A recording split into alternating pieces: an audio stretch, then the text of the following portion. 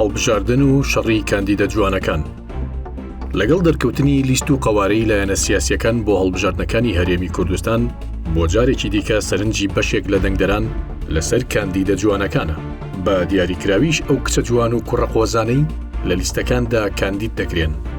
بڕیاری دەنگدەران بۆ دەنگدان بە کاندیدی جوان تەنها لە کوردستاندا باو نییە، بەڵکو زۆرێک لە توێژەرانی سیاسی بڕوایان وایە کە یەکێک لەو تایبەتمەندیانەی دەنگدەر بڕیاری لەسەر دەدات ڕوخسار و شێوازی دەرکەوتنی کاندیدەکەیە.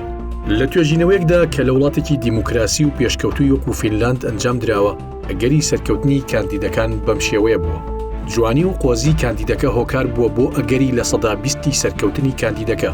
لە دواتردا لێهاتووی کاندیدەکە بە ڕێژەی لە سەدا 5 و متمانەی کاندیدەکە بە ڕێژەی لە سەدا 5. ئەوەش مانای وایە کە ڕوخسار و شێوازی دەرکەوتنی کاندیدەکە 4 هێندە کاریگەری لەسەر هەست و بیرکردنەوەی دەنگدەر هەبووە.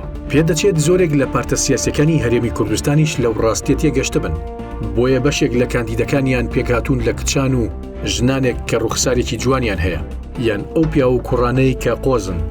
لە ئێستاوە هەندێک لە پارتە سیاسیەکان لە میدیا سێبەرەکانەوە بانگەشەبۆ و ئافرەت و کچانە دەکەن، ئەوەش لە ڕێگەی پێدانی نازناوی شاجوانی پارتەکە یان دروستکردنی ڤیدیۆی تایبەت بە گۆرانی و بانگەشەکردن بۆ ئەو کاندیدانە.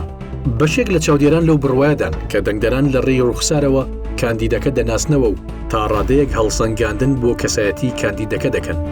بەڵام هەندێکی دیکە لەو بڕوایەدان کە ڕوخساری کاندیدەکە دەکرێت هەڵخەڵەتێنەر بێت و دەنگدەر بە هەڵە دەنگ بە کاندیدێک بدات کە شیاوی پۆستەکەی نییە.